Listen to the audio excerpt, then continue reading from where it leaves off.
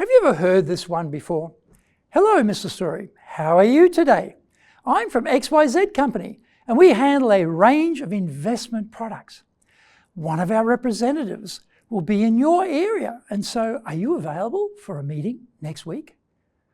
This industry of selling investment products is tricky.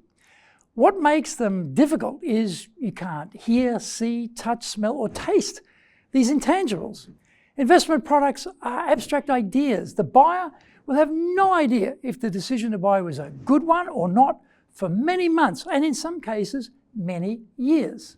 So the obvious thing we are all buying is the trust that what we've been told will in fact happen.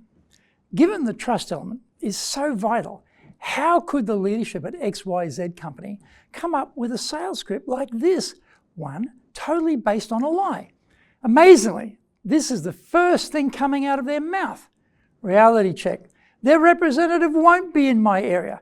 That is a total fabrication, a complete lie. This behavior is what makes the profession of sales so difficult. The trust is not there at the start. Don't lie to buyers, folks.